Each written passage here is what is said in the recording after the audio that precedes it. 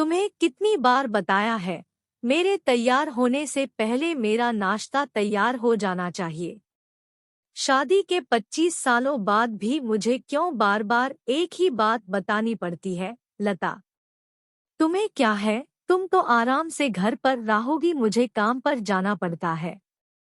तुम हो कि हमेशा बेवकूफों जैसी हरकत करती हो। अगर तुम यह जानबूझकर करती हो तो याद रखना, मुझसे बुरा कोई नहीं होगा। आज भी प्रशांत का पारा चढ़ा हुआ था। इन कटु शब्दों में अपना गुस्सा उतारते हुए, गीला तौलिया कुर्सी पर फेंकते हुए प्रशांत गुस्से से लता की तरफ देखने लगा। लता के लिए प्रशांत का यह बेवजह का गुस्सा कोई नई बात नहीं थी। वह महीने में 3-4 बार ऐसे ही लता पर बरस पड़ता था।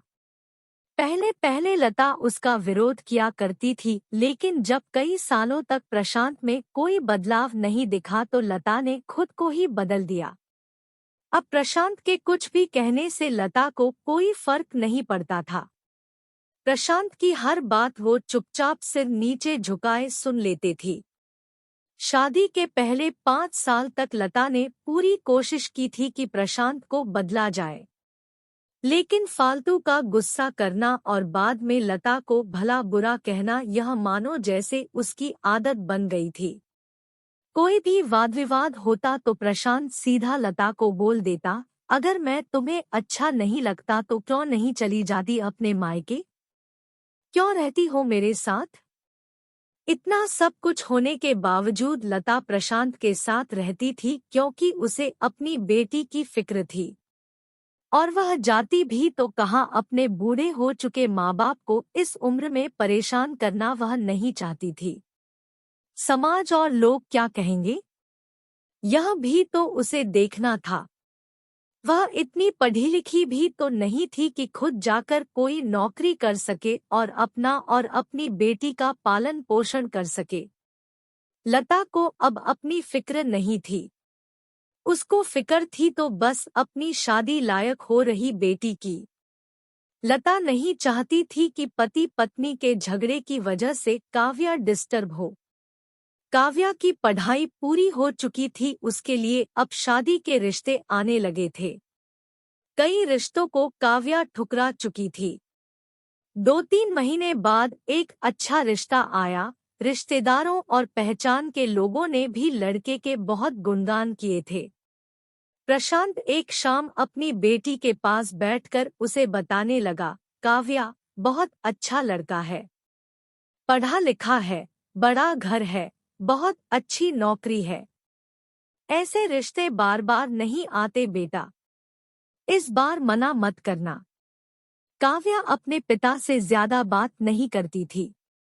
शायद डरती थी या शायद नफरत करती थी, लेकिन आज वो अपनी पूरी हिम्मत इकट्ठा कर बोली, मुझे अभी शादी नहीं करना है पापा। मैं नौकरी करना चाहती हूँ, खुद अपने पैरों पर खड़ी होना चाहती हूँ। हाँ तो उसमें क्या बड़ी बात है? मैंने लड़के से बात की है, वह तुम्हें किसी बात के लिए नहीं रोकेगा। तुम शादी के बाद भी नौकरी कर सकती हो, वह तुम्हें नौकरी के लिए परमिशन दे देगा। प्रशांत बोला, मेरा नौकरी करना या न करना उसकी परमिशन पर क्यों डिपेंड रहेगा पापा? काव्या ने पूछा। मैं कह रहा हूँ ना, तुम्हें किसी भी चीज की कमी नहीं होगी वहाँ। ऐसे रिश्ते बार बार नहीं आते, इसे ठुकरा मत, बहुत खुश रहोगी तुम वहाँ। प्रशांत बोला, पापा क्या मैं उतनी ही खुश रहूंगी जितनी मम्मी इस घर में खुश है? काव्या ने तंज कसते हुए कहा। आज तुम्हारी जबान कुछ ज्यादा नहीं चल रही? प्रशांत गुस्से से आंखें बड़ी करते हुए बोला।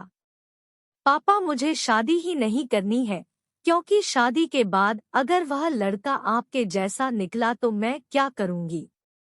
मुझे आपके जैसा जीवन साथी नहीं चाहिए जो बिना बात के मुझ पर हमेशा चिल्लाए। मुझे कुछ भी अपनी पसंद का लेना हो तो 10 बार सोचना पड़े, कहीं वह नाराज ना हो जाए। मेरी तबीयत कैसी भी हो उसे परवाह ना हो। रोटी थोड़ी सी मोटी बन जाए तो घर सर पर उठा ले। उसकी चेक बुक ना मिले तो भी मेरा ही दोष निकाले और हर छोटी मोटी बात पर मुझे मायके जाने के लिए कहे। काव्या ने अपना दिल खाली करते हुए पापा से सब कह दिया। प्रशांत का गुस्सा सातवें आसमान पर था, लेकिन उसके मुंह से एक भी शब्द नहीं फूट रहा था। वो काव्या की बातें सुन रहा था। काव्या उतना ही बोलकर चुप नहीं हुई। आज पहली बार वह अपने पापा के सामने इतना कुछ बोल रही थी। पापा, आपने माँ के साथ हमेशा गलत व्यवहार किया है। आप अपने ऑफिस का गुस्सा बिना सोचे समझे माँ पर उतार देते हैं। कभी इस बात की परवाह भी नहीं करते कि उन्हें कैसा लगता होगा। आपकी बातें सुन सुन माँ ने अपना स्वाभिमान खो दिया।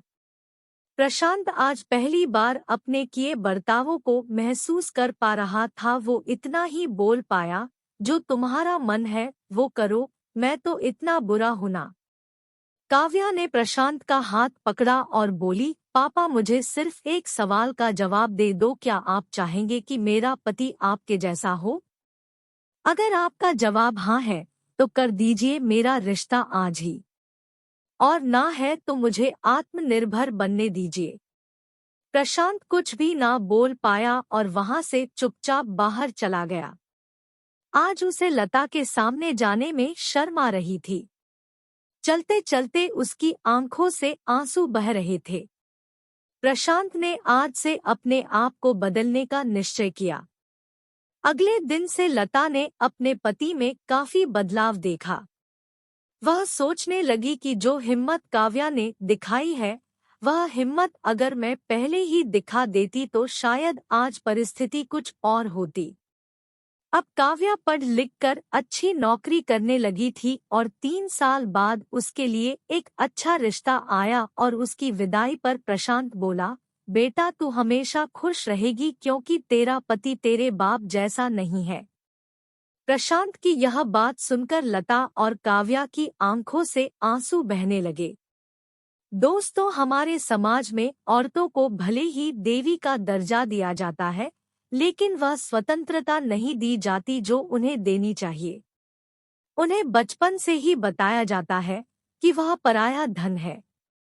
स्कूल से आने में देर हो जाए तो पिटाई मिलती है।